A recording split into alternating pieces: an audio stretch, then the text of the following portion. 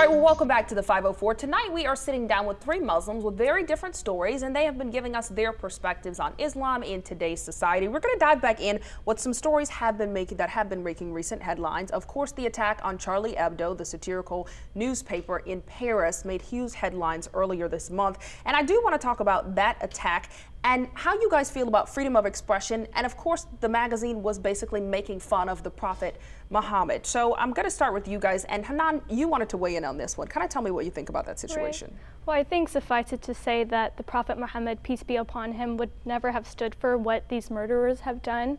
You know, there was this woman who would always throw stuff at the Prophet Muhammad, and she'd do it every single time he passed by, you know, and one day she didn't do it, so he went and knocked on her door, and of course she was thinking, oh, he's coming to seek revenge. It turned out she had actually been feeling sick, so when she let him in, it turns out he had asked her, you know, if she needed anything, if he can bring her food, or, you know, so I think it's only fitting that we respond to people who insult the Prophet Muhammad in the same way that he responded to people who insulted him, with mercy and love and compassion. And how do you feel about people who say this is how Muslims decided to respond to this attack, and that's representative of how Muslims feel about what the people who attacked these people should have done? Jay, what do you think about that? Well, I think if we look at the life of the Prophet and see how much opposition he received from the masses while he was trying to spread the message of peace and love, and to see, you know, if we fast forward 1400 years from his time, we see how many followers have actually come to the religion, and it's constantly an ever-growing religion with many people coming to the faith, over 1.5 billion strong. So violence, you know, he preached no violence, and I think that's a message that should be reiterated to all Muslims and to everybody in general around the world, that violence isn't the solution, and constructive dialogue would be a better means to achieving peace. Gotcha. And Jenny, how do you feel about freedom of expression when it comes to this, right? Because Pope Francis spoke out and said, yes, there's freedom of expression, you can say what you want to say, but at the end of the day, there should be limits when it comes to religion. Do you agree? Well, actually, I do agree, because we do already have limits. Like, it's part of our civil law. There are certain limits already set. For example, slander, seditious talk, obscenity. So I can say something about someone, but if it's incorrect, there could be a civil case against me. I would not like my children's teachers to use obscenities or obscene language in the classroom to teach a lesson, because there's limits to our speech. And seditious language has been in the books, and it's still in the books. You're not allowed to encourage or advocate the violent overthrow of our legitimate government, and those acts are punishable. And so we already have limits to our free speech.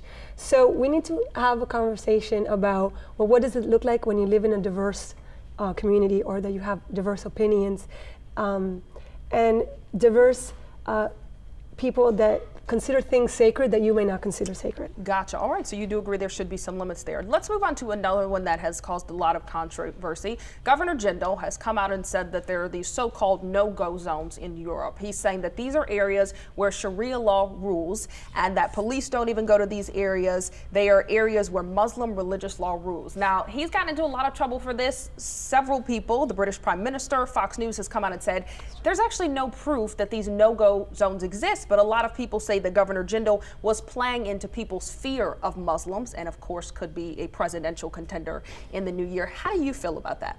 Well, I totally agree with everything you've said so far, especially about playing into fears. But Bobby Jindal continues to support his claim that there are no-go zones. So right, he does. Currently, if you go to the Office of the Governor's official state webpage, he's used that official government platform to continue to support his position, even though, as you said, other people have backed out from it. So he has all these articles, or reports, I should say, on his website, and saying that no-go zones actually do exist. But if you look on further inspection, you will see that those reports are put out by the Gatestone Institute. So who is the Gatestone Institute? So upon further reflection, you look at the Gatestone Institute. It was founded in 2011 by a world-known leading Islamophobe. We hear that fear, though, all the time, right? And terrorism, in some ways, has become synonymous with Islam. We hear that over and over. And I want to talk about Boko Haram for a moment. Of course, in Nigeria, they have kidnapped schoolgirls, they've killed people in villages, and we always hear them referred to as Islamic terrorists or Islamic militants. Jay, I want to say, do you think that the media plays a role when we constantly keep saying they're Islamic militants or they're Islamic terrorists, and just letting them say, hey, I speak in the name of Islam?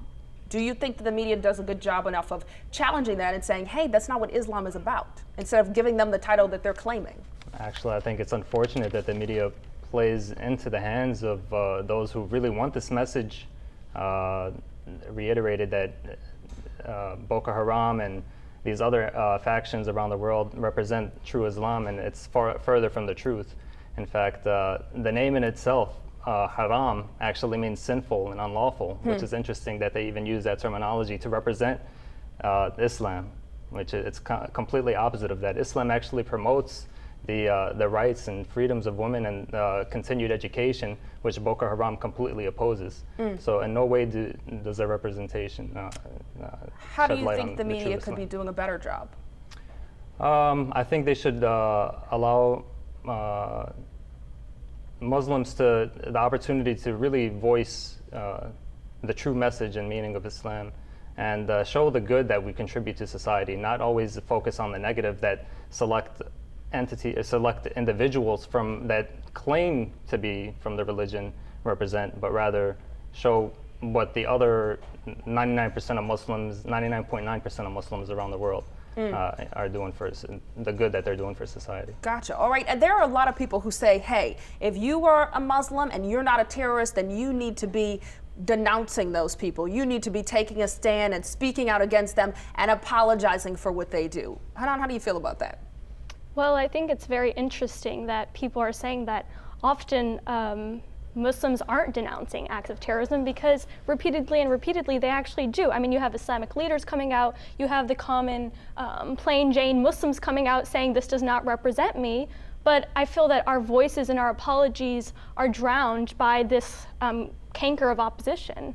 And so I mean, why should we be held accountable for the actions of others? Right. Jenny, do you feel the same way? Do you feel the need to apologize? How do you feel when people say you need to apologize for what other Muslims are doing? Well, so I didn't commit those actions, and I would not commit those actions. And actually, our holy book says that if you kill one person, it's as if you killed the whole world. And if you save one person, it's like you saved the whole world. So, but I can criticize the actions of them, especially when they say, I can criticize anyone who's doing criminal acts in the world, whether they're Muslim or non-Muslim. Gotcha, but it's you don't feel the need to speak up for them. And I will, and I'm here because I have the opportunity to do so, and I will, and this is not representative of our religion, and I even think the term extremism is too kind, because if our religion is a religion of peace and to bring mercy to the world, and so how can you be extremely merciful or extremely kind? That's only God is extremely merciful, extremely kind. Gotcha. It's more like deviancy. They're deviants, and they don't represent us. So even to put Islam in their term is incorrect, and we do speak out against it. And any opportunity that I have, I will use it to speak out against criminal acts done in our name. All right, well, I would love to talk with you guys some more tonight, but unfortunately we are out of time. Thank you so much for being here, sharing your opinions and your stories. Well, it is an Islamic spiritual act which began hundreds of years ago, and this week the whirling dervishes are visiting New Orleans. Find out where you can see the tradition when we return.